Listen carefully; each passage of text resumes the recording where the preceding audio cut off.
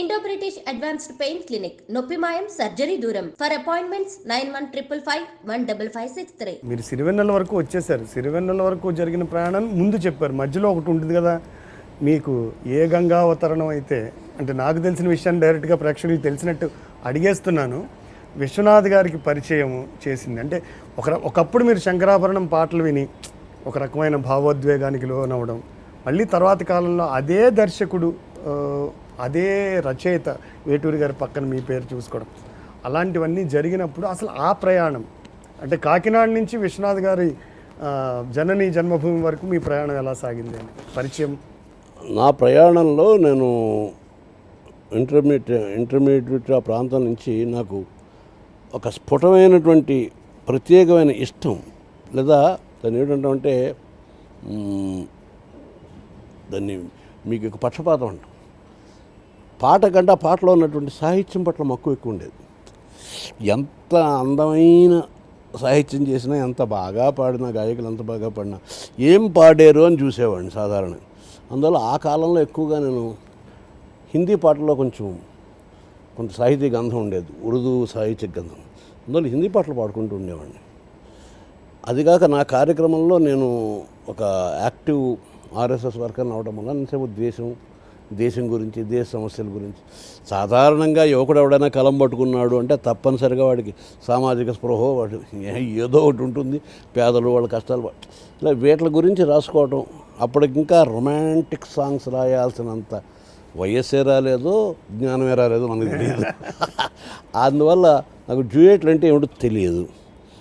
అందువల్ల సాధారణంగా తెలుగు సినిమా పాట రూపం కూడా నాకు తెలియనటువంటి పరిస్థితి. ఆ సమయంలో సాధారణంగా పాటల్లో కవిత్వం ఉండదు అనేటువంటి కోవకే నేను కూడా చెందుతాను. ఎందుకు ఉండదంటే ఏముంటుంది, వాళ్ళు నాకు కోపం వచ్చింది, లేకపోతే నాకు నీ మీద ప్రేమగా ఉంది, అయ్యో నువ్వు ఏడుస్తున్నావా, ఇట్లాంటి మాటలకే ట్యూన్ కడితే పాటలు అవుతాయి తప్పిస్తే వాటిలో ప్రత్యేకంగా లోతైనటువంటి గహనమైన భావాలు వెతుక్కుని ఇలా కళ్ళు మూసుకుని ఏమన్నాడు కవి, దీనికి భాష ఏమిటి అని ఆలోచిస్తూ కూర్చునే అవకాశం ఉండదు. అందువల్ల నాకు ఎంత బాగా పాడినప్పటికీ కూడా ఆ పాటలను ఉటంకించడం నాకు పెద్ద ఇష్టం ఏమీ లేదు. ఎంత బాగా పాడినప్పటికీ కూడా ఏమిటి ఇందులో విషయం ఉంది అని అంటే ఒక రకమైన ఉపేక్షాభావం ఉండేది. ఆ కాలంలో ఒక రోజుని సడన్గా సినిమాలో హాల్లో చూస్తుంటే, అంటే నా ఉద్దేశం అంతకు మునుపు నేను వినకపోవడం ఉండొచ్చు, నాకు తెలియకపోవడం జరగవచ్చు. అంతేగాని నేను చెప్తున్న యూనివర్సల్ సత్యం కాదు. తెర మీద అందరూ కూర్చొని సినిమా చూస్తున్నారు. ఒదిగున్న పులుపు, ఒదిగున్న పిలుపు, ఒడుపున్న పిలుపు, ఒదిగున్న పులుపు ఒక గొంతులోనే పలికింది, అది ఏ రాగమని నన్నడిగింది, అది మన ఊరి కోకిలమ్మ, నిన్నడిగింది కుశలమమ్మ అని ఒక మాట వినిపించేటప్పటికి అందరూ సినిమా చాలా బాగుంది, అందరూ కొంచెం నిశ్శబ్దంగా చూస్తున్నారు. నేను ఒక్కడిని మాత్రం గట్టిగా చప్పట్లు కొడేస్తున్నాను. ఎందుకంటే పాటలో అంత సుందరమైనటువంటి కవిత్వం ఉండడం అనేది అప్పటి వరకు నాకు పెద్ద అనుభవంలో ఉన్న విషయం కాదు. నేను ఇందాక కూడా చెప్పాను, ఇంతకుముందు లేదని కాదు, లేదా ఉందా అని తర్కం కంటే కూడా మీ దృష్టికి వచ్చిన నాకు అంటే ఇప్పుడు మూగ మనసులో పాటలు కానీ మరొకటి కానీ కృష్ణశాస్త్రి గారి పాటలు కానీ అవన్నీ నాకు విననని కాదు. ఇన్ జనరల్ మాట్లాడుకోవాల్సి వస్తే మామూలు డ్యూయెట్లు, మామూలు పాటలు ఉండే కాలంలో ఇంత అందమైన అది మన ఊరి కోయిలమ్మ, నేను అడిగింది కుశలమమ్మ, గట్టున రెల్లు పువ్వ అందులో వెన్నెల గువ్వ, రెల్లు పువ్వ అందులో వెన్నెల గువ్వ, వెన్నెల గువ్వని రెల్లు పువ్వలో. అప్పుడు ఆ పాటలు రాసిన వరకు టైటిల్స్లో నేను చూడలేదు. అది వేటూరి సుందరమూర్తి గారి సింగిల్ కార్డ్ సినిమా. విపరీతమైన ఆనందం వచ్చింది. ఆ తర్వాత క్రమానుగతిని ఆయన సినిమాలో ప్రతి పాటని ఒక కవిత్వం ఖండికగా చేయటం గమనించాను. సినిమా పాటల్లో కూడా ఇంత మంచి కవిత్వం. అంతకు మునుపు ఆ పాట అనే ప్రక్రియ ఎక్కువగా రేడియో ద్వారా వాడతారు, లలిత గీతం అనే పేరుతో ఉండేది. అది కాకుండా నీకు తెలియదు ఏం కాదు, అన్నమచారి కీర్తనలు, జానపదాలు, ఇలా రకరకాల రూపాల్లో ఉండేది. బట్ సినిమాల్లో పాటలో మాటకి ఒక ప్రత్యేకతను ఆపాదించి ఎవరు ఎంత బాగా పాడినా, ఎవరు ఎంత బాగా తీసినా, అలా కాకుండా ఆ మాటనే మనం పదే పదే అనుకునేటట్టు చేసినటువంటి స్థితి నా అనుభవంలో నాకు మొదట వేటూరి గారి వల్ల కలిగింది. నాకలోకమది నీ పుట్టిన ఇల్లు నాగభూషణుడు చేపట్టినవాడు. ఆ అభిరుచి అలా పెరుగుతున్నప్పుడు శంకరాభరణం పాటలు అయినప్పుడు శంకరాభరణం సాధించిన విజయం అందరికీ తెలుసు. ఆ విజయోత్సవాలు ఘనంగా జరుగుతున్నప్పుడు అదొక రకంగా భారతీయ సంస్కృతిలో, ముఖ్యంగా తెలుగువారి సంస్కృతిలో ఒక పెద్ద మలుపు తీసుకొచ్చిన సినిమా. అంతవరకు సంగీతం ఏదో పాట పాడుకుంటారు అనుకునే వాళ్ళు కూడా తమ పిల్లల్ని సంగీతపు మాస్టర్ల దగ్గర పంపించి వాళ్ళకి సంగీతం నేర్పించడం అనేది సంస్కారం ఇవ్వడంలో ఒక భాగంగా ఇల్లు భావిస్తున్న కాలం అది.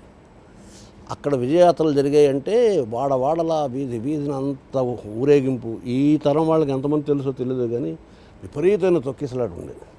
నాకేమో సినిమా పట్ల ఒక సహజమైన వైమనస్యం ఉండేది. మన మనసు ఇప్పుడు చెప్పుకుంటున్నాను కాబట్టి నాకు పెద్ద ఆసక్తికరంగా ఉండేది కాదు. అందువల్ల సినిమా వాళ్ళు వస్తున్నారని తెలిస్తే ఆ వీధిలో వస్తుందని తెలిస్తే ఈ వీధిలోంచి పక్క వెళ్ళిపోయాడు. అంతేగాని వాళ్ళని చూడాలి అని ఎగబడడం అనేది ఉండేది. ఇందాక నీకు చెప్పినట్టు సినిమా పట్ల నేనేమో కొంచెం లోతుగా రాసుకునేవాడిని. ఏముంది రాగాలు తీయడం తప్ప, ఓ రామ నీ నామ అంత తీయనరా, ఓ రామ నీ నామ అంత తీయన భజన చేయడం తప్పితే అందులో ఏం ప్రత్యేకంగా మనం ఏదో చెబుతున్నట్టుగా, అంటే నా చెవికి కాకుండా నా హృదయానికో, నా ఆలోచనకో, నా సంస్పందనకో క్యాటర్ చేసే వస్తువు ఉండకపోవడం వలన పెద్దగా చూపుండేది కాదు. ఆ టైంలో ఒక మా మిత్రుడు ఆకెళ్ళ వాళ్ళు మన కాకినాడలో కూడా వాళ్ళ ఫెలిసిటేషన్ జరుగుతుంది. ఆ టీంని అందరినీ ఆహ్వానిస్తూ ఒక స్వాగత గీతం రాయను అన్నప్పుడు నేను బ్లంట్గా రాయనని చెప్పి, అది బాగా లోవర్ మిడిల్ క్లాస్ రికార్డు తినకంటే ఒక్కని పరిస్థితి. నీకు ఈ విద్య ఉంది కదా, కథ రాసే విద్య, ఏదో పాట రాసే విద్య అని వీటిని ఎందుకు నువ్వు రేడియోకి పంపిస్తావు, 50 రూపాయలు వస్తాయి, పత్రిక పంపిస్తావు 50 రూపాయలు, కానీ నీదేనా ఒక పద్ధతి పెట్టు కూర్చొని దానికే రాస్తానని నీ పెంకితాను నీకెందుకు? నువ్వేమన్నా ఫలానా వెటూరు గారి కన్నా గొప్ప, జంజాల్ గారి కన్నా గొప్ప, విశ్వనాథ్ గారి కన్నా గొప్ప, ఎందుకు రాయవను? నేను ఎవరు గొప్ప తప్పుల గురించి మాట్లాడట్లేదు అబ్బాయి. నేను సంఘటనల గురించి, వ్యక్తుల గురించి, తత్కాలీనంగా ఉండే వాటి గురించి పాటలు రాయను. ఇది నా తాలూకు ఒక లక్షణం. నా లక్షణంలో ఏవో తాత్వికమైన పాటలు ఉంటాయి, శాశ్వతమైన విలువలు, యూనివర్సాలిటీ ఉన్న పాటలు రాస్తాను నేను రాయగలిగినప్పుడు. అందువల్ల రాయను అనుకుంటూ వచ్చేస్తుంటే ఈ శంకరాభరణం అన్నది శంకరుడి మెడలో ఉన్నటువంటి నాగుపాము ఎందుకు కావాలి? శంకరుడికి చాలా ఆభరణాలు ఉన్నాయి కదా, ఆయన చేతిలో కపాలం ఉంది, త్రిశూలం ఉంది. వీటన్నిటినీ మించి నెత్తి మీద చంద్రుడు, గంగాదేవి కూడా ఉన్నాయి. గంగాదేవి ఉండడంలో అర్థం ఏమిటి అంటే తన పూర్వీకులు 60,000 మంది చేసిన తప్పుల్ని కడిగి వాళ్ళకి ఉత్తమ గతులు కలిగించాలనే ప్రయత్నం చేయటానికి ఒక వాళ్ళకి చెందిన వారసులకి 5 తరాలు పట్టింది. 5వ తరం దాన్ని, అందుకని ఇవాళకి మనం భగీరథ ప్రయత్నం అంటాం. ఆ భగీరథుడు మొత్తానికి రకరకాల తపస్సులు చేసి గంగాదేవిని తీసుకొచ్చాడు భూమి మీదకి. ఎందుకు అంటే నువ్వు వెళ్ళి అలా ఆ బూడిద కుప్పల మీద పారితే చేసిన అపరాధం తగ్గి వాళ్ళ పాపాలు పోయి మా పూర్వీకులు అంటే 5 తరాల కిందట వాళ్ళు ఉత్తమ గతులు పొందుతారని తప్ప. మొత్తానికి ఎంతమందిని తపస్సు చేశాడో అదంతా ఒక కథ. ఆ గంగాదేవి ఏమడిగిందంటే నా గురించి తపస్సు చేసే బాగానే ఉంది అబ్బాయి, నేను చాలా ఫోర్స్తో పైనుంచి పడతాను, ఆకాశం మించి పడతాను కిందకి. ఇప్పుడు మీ భూమి కాస్త దాహంతోనైనా బతుకుంది, నీళ్ళు కావాలంటే ఆవిడ నీళ్ళు ఇస్తే బతుకుతుంది. ఇదిగో నీళ్ళు తీసుకొని చెప్పిన అంత ఎత్తు నుంచి పడ్డానంటే భూమి మొత్తం చక్కరైపోతుంది, అసలు బతికే ఉండదు.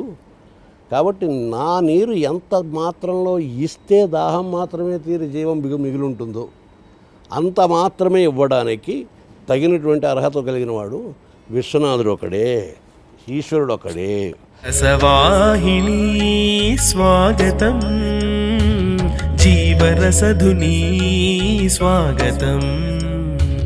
రసవాహిని స్వాగతం, జీవరసధుని స్వాగతం.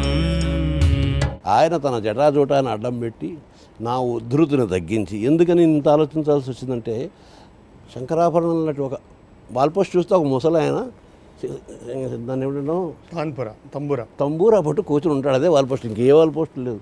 ఆయనే సూపర్ హీరో, ఆయన అవడం మనకు తెలియదు. కోట్లతోటి వ్యాపారాలు జరిగే కమర్షియల్ యాక్టివిటీ అయినటువంటి సినిమాలో ఈ ముసలాయన ఎవడు, ఈ తంబూర పట్టు కూర్చున్నాడు ఏమిటి, శంకరాభరణం అన్న పదానికి అర్థం ఏమిటి, అంతమంది తెలుసు అదొక రాగం పేరని. పైగా దాన్ని అర్థం తీసుకుంటే అది శంకరుడి మెడలో ఉండేటువంటి ఆభరణం అని ఎవరికి అయితే తెలియవు. ఇలాంటి తెలియనటువంటి ఒక విషయాన్ని లక్షలు తీసుకుని ప్రజల ముందరికి తీసుకొచ్చి ప్రజెంట్ చేయాలి అనేటువంటి ఒక సాహసం వెనకాల కళాభిరుచి ఎంత ఉండాలి. భగీరథుని నిరీక్షణకు దీర్ఘతప సమీక్షణకు విరూపాక్ష కరుణా సంప్రోక్షణమీ రసవాహిని జీవరసధుని స్వాగతం, రసవాహిని స్వాగతం. సో అప్పటికి సినిమా అభిరుచితో తీసేటువంటి కళాత్మక వ్యాపారం క్రమంగా వ్యాపారాత్మకమైన కళగా మారిపోయిన కాలం. అంటే ముందర కాసులు ముఖ్యం, తర్వాతే కళాగిలా అవన్నీ సంగతి చూద్దాం. సో ప్రజలు ఇవి కోరుకుంటున్నారు అని అభిరుచులు క్రమక్రమంగా పలచబడుతున్నటువంటి కాలం అది. ఆ కాలంలో ఇలాంటి సినిమా తీయడం చాలా సాహసం కావాలి. సో ఇలాగ ఆ సినిమాకి అనుకోకుండా ఇద్దరు నిర్మాతలు, ఒకరు ఎడుదినేశ్వరరావు అయితే ఇంకొక ఆయన పేరు ఆకాశం శ్రీరాములు. ఇదేదో భగీరథుడి పేరులో ఉంది.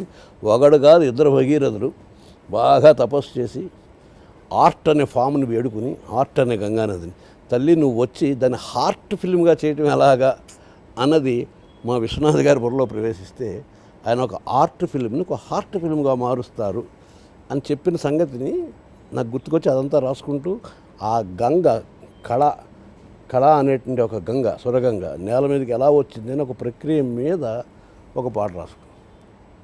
ఆ పాటను నా స్వాగతాగీతంగా పాడాలి అక్కడ. సరే, సహజంగా చాలా ఒత్తిడిగా ఉంది, నేను చాలా అనామకుడిని, అర్భకుడిని, నీ ఛాన్స్ వచ్చినప్పుడు నేను పిలుస్తాను అక్కడి నుంచో అన్నారు. నాకు ఉండడానికి గడ్డిపోసలా ఉండేవాడిని కానీ దర్భపోసలాగా ఆ పొగరుపోతను కూడా ఆ తీరులోనే ఉండేది. మీరు కాదు ఇచ్చేది ఛాన్స్, నేను మీకు ఇస్తున్నాను, ఇప్పుడు వదలుచుకోలేదు అని చెప్పి వెళ్ళిపోయాను. ఇది హ్యాపెండ్ ఇన్ 1980s. అది క్రమంగా ఆ పాట అనేక మంది మిత్రులు ఉంటుంటారు. ఇప్పుడు నువ్వు చూసావు కదా నా సాహిత్య సర్కిల్ ఎలా ఉండేది. వాళ్ళందరి నోట్లోనూ పడి క్రమక్రమంగా అటు ఇటు వెళ్తున్నప్పుడు ఏదో ఒక సందర్భంలో విశ్వనాథ్ గారు మళ్ళీ జనని జన్మభూమి అనే సినిమా షూట్ చేస్తున్నప్పుడు తూర్పుగోదావరి జిల్లాకి రావటం, అక్కడ కాకినాడ పరిసర ప్రాంతాల్లో ఆయనకి ఏదో సన్మానం జరగటం, ఆ సన్మానాల్లో స్వాగతగీతంగా ఒక ఇద్దరు పిల్లలు వచ్చి ఈ పాట పాడారు. ఆయన మహానుభావుడు, ఆయనకి ఎందుకు అలా అనిపించిందో తెలియదు. నేను విన్న సాంప్రదాయ గీతాల్లో ఇది ఉన్నట్టు లేదు, ఇది ఎవరైనా నవీనమైన కవి ఎవరైనా రాసిందా అని ఎంక్వైరీ చేయడానికి ప్రయత్నం చేయటం. ఎవరు రాశారో తెలియదు, ఆ పాడిన పిల్లలు కూడా తెలియదు. సరే, అక్కడ ఒక ఆయన ఈ శైలి చూస్తుంటే మా భరణి రాసినట్టుగా అనిపిస్తుందండి. అయితే నేను నా సినిమాలో ఇది పెట్టుకోవాలనుకుంటున్నాను, మొత్తం పాట అంతా కుదరదు. నేను చెప్పాను కదా, నాకు పల్లవి చరణం ఈ విభాగాలు నాకు ఏం తెలియదు. ఒక పాట 89 లైన్లు ఉంటుంది, ఒక పాట 90 లైన్లు ఉంటుంది, ఒక పాట 3 లైన్లే ఉంటుంది, ఒక పాట 4 లైన్లే ఉంటుంది. సరే, ఆ పరిస్థితిలో మా మాస్టర్ ఒక ఆయన, సంస్కృత మాస్టర్ ఘనశ్యామ్ ప్రసాద్ గారిని, ఇప్పుడు ప్రస్తుతం వారు లేరు, ఆయన ఆ పాటని కుదించి విశ్వనాథ్ గారు అడిగిన మేరకు ఇవ్వటం. ఆయన మరి రచయిత పర్మిషన్ లేకుండా ఈ పాట ఎలా పెట్టుకుంటామని ఆయన ఒక స్వయంగా సుధస్తూరితో ఒక ఉత్తరం రాయటం. భరణి గారికి మీ అనుమతి కోసం ఉత్తరం రాస్తున్నాను, ఈ సినిమాలో వాడుకుంటున్నాం, మీరు అనుమతి ఇవ్వగలరు, పంపిస్తాను, మిమ్మల్ని వెతుక్కుంటూ వెళ్తుంది ఉత్తరం అని. ఇప్పటికే ఉత్తరం నా దగ్గర ఉంది. అది అన్న నా దగ్గర చేరింది, నా దగ్గర కూడా యాక్సిడెంట్గా ఆ ఉత్తరం జరిగింది. ఎవరో చెప్పారు, నేను ఏదో సాహిత్య సభలో ఉంటే మా మాస్టర్ ఆయన వచ్చి, భరణి నీ పాట విశ్వనాథ్ గారి సినిమాలో. నేను సినిమాల వాళ్ళ దగ్గరికి ఎప్పుడు వెళ్ళాను, నాకు సినిమా పాట ఇవ్వడం ఎప్పుడు అడిగాను, అందులో విశ్వనాథ్ గారి దగ్గరికి అసలు ఎప్పుడు వెళ్ళాను. ఎలా వెళ్ళిందంటే, ఏ విశ్వనాథ్ గారి కోసం ప్రార్థనా గీతంగా పాట రాశానో అదే విశ్వనాథ్ గారి దగ్గరికి 4 ఏళ్ల తర్వాత చేరింది. ఇదంతా ఒక దైవ సంకల్పం అనుకోవచ్చు. ఆ మొత్తానికి ఆ ఉత్తరం నాకు అందింది. అప్పుడు నేను కూడా ఒక ఉత్తరం రాశాను, అయిపోయిన పెళ్ళికి బాజాల్లాగా మీరు సినిమాలో పాట పెట్టేసుకున్నారు, తీసేశారు, దీని తర్వాత నాకు ఎంత రెమ్యూనరేషన్ ఇస్తారంటే బాగుండదు, నేను పెద్ద రెమ్యూనరేషన్ ఏం అడగను, కానీ నా పేరు మీరు ఎకనాలెడ్జ్ చేస్తే అది రేపు పొద్దున్న ఎవరైనా వింటే వాళ్ళకి నచ్చితే నేను పాట రాయగలను వాళ్ళకి అనిపిస్తే నన్ను పాటలు రాయడానికి పిలుస్తారేమో, కొంచెం ఎకనాలెడ్జ్ చేసి పెట్టండి నాకు ఉత్తరం రాశాను. చేసిన తర్వాత ఆ సినిమా రిలీజ్ అయ్యే టైంలో నేను టెలిఫోన్స్లో ఒక చిన్న గుమస్తాగా పనిచేసేవాడిని. దానికి ముందర క్యాసెట్ రిలీజ్ అవుతుంది కదా, ఆ క్యాసెట్ 15 రూపాయలు ఎంత ఉంటుంది, ఆ కాలంలో 7 రూపాయలు ఎంత ఉండేది. ఒక 15-20 క్యాసెట్లు కొనేసాను ముందరే. చూస్తే ఎక్కడా నా పేరు లేదు. ముందర కొనేసి అందరికీ పనిచేసాను, ఏదిరాని పాట అంటే ఎక్కడుందో లేదు. సరే, విడుదలైన రోజునే ఒక 20-30 టికెట్లు కొనేసి అందరినీ తీసుకెళ్ళిపోయి అక్కడి నుంచి చూస్తూ కూర్చోడు, నా పాట ఎప్పుడు వస్తుందా, రాదు. అది ఎప్పుడో క్లైమాక్స్లో వాళ్ళు ఎవరో పిల్లలు ఇద్దరు ఒక బుర్రకథ లాగా పాడుతున్నప్పుడు ఒక చరణం వస్తుంది, గాలి తీసేసినట్టు అయిపోయింది మొత్తాన్ని. వాట్ ఎవర్ ఇట్ ఈస్, మరొక 1.5 year తర్వాత అప్పటికి సినిమాల్లోకి వెళ్ళి బాగా బిజీగా పనిచేస్తున్న మిత్రుడు ఆకిళ్ళ ద్వారా విశ్వనాథ్ గారు ఏమన్నారంటే, నేను సినిమా తీయాలనుకుంటున్నాను, ఆ సినిమాకి ప్రొఫెషనల్గా పాట రాసే వాళ్ళకంటే కూడా ఒక కవిగా నాతో పాటు ఉండి నాతో పాటే ప్రయాణం చేస్తూ ఆ కథతో ప్రయాణం చేస్తూ నవ్వుతూ ఏడుస్తూ దానికే అంకితం అయిపోయిన ఒక కవి ఉంటే బాగుంటుంది అని ఆయన అన్నప్పుడు, గంగావతరణం అనే పాట మీరు విన్నారు ఆ రోజుని, అది రాసిన వ్యక్తి నా స్నేహితుడు, తీసుకురమ్మంటారా అని ఆయన అడగడం, ఆయన తీసుకురండి అని పిలవటం, నేను వెళ్ళడం జరగడం, అదంతా ఈ కథ చాలామందికి తెలుసు. అయినా ఇప్పుడు నువ్వు మళ్ళీ అడిగేవు కనుక సో మరొకసారి శ్రీకారం చుట్టుకోవాలి కనుక ఆయన దగ్గరికి వెళ్ళినప్పుడు అక్కడని తీసుకెళ్ళమన్నాను. నాకేవో కొన్ని అపోహలు మిగిలిపోతాయి న్యాచురల్గా ముళ్ళప్పుడు. మిమ్మల్ని సిరివెన్నెల కథకు పునాది మీరు చెప్పేది అయితే, గంగావతరణం కొన్ని లైన్లైనా మీ నోటి నుంచి వినడం అనేది కూడా మాకు చాలా ఆసక్తికరమైన విషయం. మీకు నోటీస్ ఇవ్వకుండా అడుగుతున్నాను, క్షమించండి, బట్ మీకు గుర్తున్న మేరకు మీరు అంతా గుర్తే ఉంటుంది, ఇది సమయం కాదు అయినా చెప్తున్నాను నేను. అది ఆయన దగ్గరికి తీసుకెళ్ళమని నాకు అప్పటికే ఇష్టం లేదు సినిమాలోకి రావడం.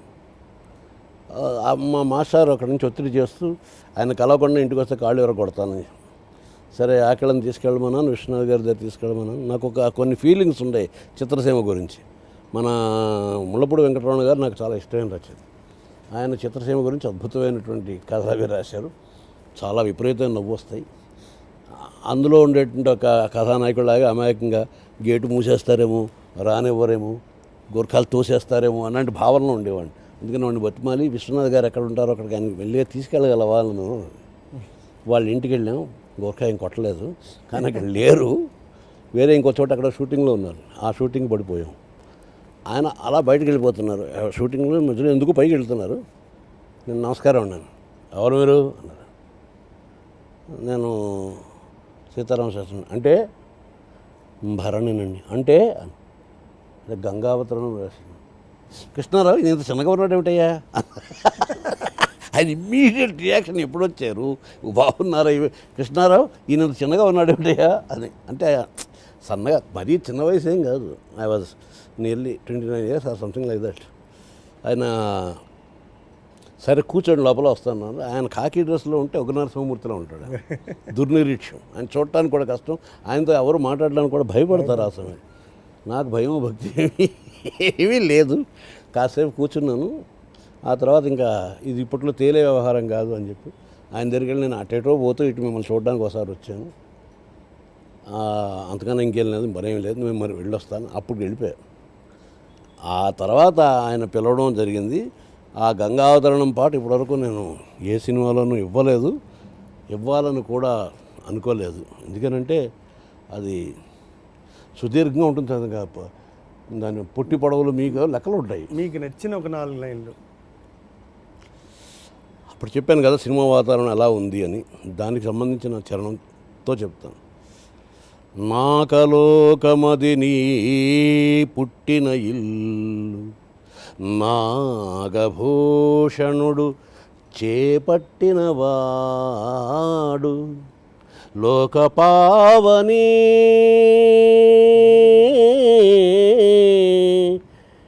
మందాకిని,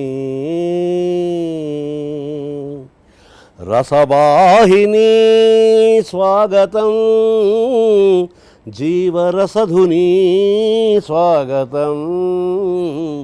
రసవాహిని అంటే అమృతవాహిని అని కూడా అర్థం, గంగాదేవి అలా కూడా అంటాం. అఘమీ భువి నిదాఘమై అర్కద్యుతి అమోఘమై, అఘమీ భువి నిదాఘమై. నిదాఘము అంటే గ్రీష్మం, అఘము అంటే పాపం భూలోకంలో గ్రీష్మంలాగా మంట తించేస్తుంది. అర్కద్యుతి సూర్యుడి కాంతి దారి చూపించడానికి బదులు దహించేస్తుంది. అర్కద్యుతి అమోఘమై సకల జగతి దాహతప్త సంక్షోభితమైన నాడు. అంటే ఈ కళ అనేది క్రమంగా కనుమరుగైపోతూ వ్యాపారమే ప్రధాన వస్తువుగా ముందుకు వస్తూ రకరకాల వెకిలి చేష్టలతో ఇవే సినిమాలు చూడండి అన్న రోజుల్లో మనకు అద్భుతమైనటువంటి పూర్వ ఇతిహాసం ఉంది. మన తెలుగు సినిమాలు ప్రపంచ సినిమాకే పాఠాలు చెప్పగలిగినటువంటి స్థాయిలో మనం చేసాం, అటువంటి అత్యద్భుతాలు చేసాం. అలాంటి తెలుగు సినిమా అలా అయిపోయినప్పుడు ఆ సమయంలో సకల జగతి దాహతప్త సంక్షోభితమైన నాడు దివి వారిని భువి సీమకు తరలించగదలచినట్టి భగీరథుని నిరీక్షణకు దీర్ఘతపస్సమీక్షణకు విరూపాక్ష కరుణా సంప్రోక్షణ మీరసవాహిని జీవరసధుని స్వాగతం. ఇలా మొదలెడితే మొత్తం పాటలంతా పాడడం చాలా టైం పడుతుంది. అది మొత్తానికి ఏంటంటే ఆ టైంలో అంత ఆకాశగంగలాగా అయిపోయింది కళ అనేది. కళావృష్టి ఒక చినుకు కూడా కళ లేదే అని తప్పిస్తున్న కాలంలో ఆ ఆకాశగంగ నేల మీద తీసుకొచ్చిన భగీరథుడిలాగా విశ్వనాథుడు అలా తీసుకు. నేను ఇక్కడ మీ సమక్షంలో నాలోని కళాకారుడు పాడి మళ్ళీ ఒకసారి మీరు ఇందాక ఫస్ట్లో చెప్పారే 2 మొట్టికాయలు తిన్నాన్ని, ఇదే పాటలో ఒక చరణం అనుకుందాం. చరణం గంగ ఎలా వచ్చింది, గంగా కన్నియ గుండెలు నిండిన రంగోత్తుంగ తరంగ మోదమది, గంగా కన్నియ గుండెలు నిండిన రంగోత్తుంగ తరంగ మోదమది, నింగిని తాకగ పొంగులు వారిన వినూత్న వినోద విలాసలాస్యము. తప్పులేమైనా ఉంటే క్షమించండి బాబాయ్. ప్రళయాభీర తరంగితలైల భయంకర హేల శివంకరం రోల లయించ గజేరగాలలై కలలై వడిగా జడిగా పిడుగులాడుగుల తలబడు నడకల జడంజుడిత పదనూపుర ఘోషల కలిత నాట్య గడిత చకిచ్చకితటిల్ల తాతనూలతి గజ్జుతి సుర జరి జజ్జరీనాద సందోళిత దివి వధూటి వచ్చినదే. ఇది దాదాపు 35 సంవత్సరాలు. అప్పుడు నీకు పూర్తిగా నోరు తిరగలేదు, ఇప్పుడు తిరగట్లేదు. అదే ఆ ప్రవాహం, ఆ మహా ఉధృతి ఎట్లా వచ్చింది అని చెప్పడం, మనం దాని గురించే పట్టు కూర్చుంటే అసలు విషయం నుంచి పక్కదారి పట్టిన వాళ్ళం అవుతాం. సో అక్కడి నుంచి మీ సినిమా రంగం ప్రయాణం నీకు తెలుసు, అనేక రకాల సిచ్యుయేషన్లు వస్తాయి. అయితే నాకు పాట రాయడం అలవాటు అయినప్పటి నుంచి, లేదా నన్ను నేను వ్యక్తపరచుకునేటువంటి ఒక సాధనగా పాటను భావించడం దగ్గర నుంచి నా పరిధిలో నేను నిర్ణయించుకున్నాను. నాకెవరు ఏ చట్టమో గీయలేదు, కానీ నాకు నేనే ఒకటి నిర్ణయించుకున్నాను. ఎందుకనంటే ఒకళ్ళు చెప్తే ఒకళ్ళు వినడం అన్నది జరుగుతుందా జరగదా అంటే 2 ఆన్సర్లు చెప్పచ్చు. జరుగుతుంది, జరగదు. మంచి చెప్తే జరగదు, చెడు చెప్తే తప్పకుండా జరుగుతుంది. సాధారణంగా సినిమాలు లాంటి ప్రజాదరణ ఎక్కువగా ఉన్నటువంటి మాధ్యమాలు, ఇటు పత్రికలు కావచ్చు, ఇవాళ రేపట్లో అయితే టీవీలు, సోషల్ మీడియా ఏమైనా కావచ్చు, వీళ్ళు ఏం చెప్తున్నారు అన్నది సాధారణంగా ప్రజల్ని, ముఖ్యంగా యువత అంటే ఫలానా వయసు వాళ్ళని అర్థం కాదు, చాలా ఏ బాధ్యత లేకుండా విపరీతమైనటువంటి శక్తి కలిగి ఉన్నటువంటి ఒక తరాన్ని, వాళ్ళకి మనం ఇలా ఆందోళన చేద్దాం, అరుపులు అరుద్దాం, నడుస్తున్న బస్సులు తగలెట్టేద్దాం, లేకపోతే ఆ జలపాతం పడుతుంటే దాని కిందికి వెళ్ళి సెల్ఫీ తీసుకుందాం అనుకున్నాం, అక్కడికి వెళ్ళి చచ్చిపోదాం, ఇలాంటి మాటలు చెప్తే ఆసక్తికరంగా ఉంటుంది. పద్ధతిగా ఉందాం, 10 మందికి చేయూతనిద్దాం, ఇలాంటి మాటలు చెప్తే పెద్దగా రుచించదు. ఆ కాలంలో ఏంటంటే నాకు కొన్ని ఉండేవి. ఎట్టి పరిస్థితుల్లోనూ స్త్రీలను ఏ రూపంలోనూ అవమానించకూడదు. స్త్రీ అమ్మవారు అన్నీ కూడా, దాని గురించి తర్వాత ఎప్పుడో మాట్లాడుకుందాం. ఆ పని నేను చేయను. అంటే ఎందుకని నేను స్త్రీ ప్రసక్తి తీసుకొచ్చానంటే, సాధారణంగా సినిమాల్లో ఎక్కువ పాటలు డ్యూయెట్లు అనేటువంటి ఒకనొక పేరుతో ఉండేటువంటి శృంగార రసం అని వాళ్ళు అనుకునే ఒకనొక రసం రూపంలో, అది రసాభాస తప్ప రసం కాదు. ఎందుకంటే డ్యూయెట్ అనేది ఒక వికృతమైన రూపం, దాని గురించి మాట్లాడుతాను తర్వాత. ఎట్టి పరిస్థితుల్లోనూ స్త్రీని తక్కువ చేయకూడదు.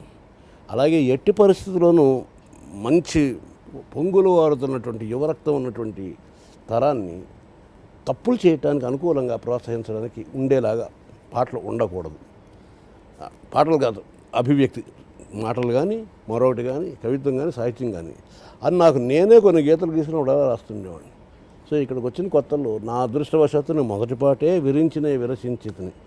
ఎందుకంటే విశ్వనాథ్ గారు ఇప్పటికీ నాకు గుర్తుంది. విశ్వనాథ్ గారు ఆ రోజు నాతో అన్నమాట, మీ కవిత్వం ఎలాంటిది, ఎంత గొప్పది, ఇవి జడ్జి చేయడానికి కాదు మేము ఇక్కడ పిలిచింది, మేము ఉన్నది కూడా ఇక్కడ కాదు, మాకు ఆ సంగతి కూడా తెలియదు, మాకు అవసరం లేదు, మాకు కావాల్సింది క్యాటర్ చేయగలిగేవాళ్ళు ఉంటే వాళ్ళు ఇస్తే చేస్తాం.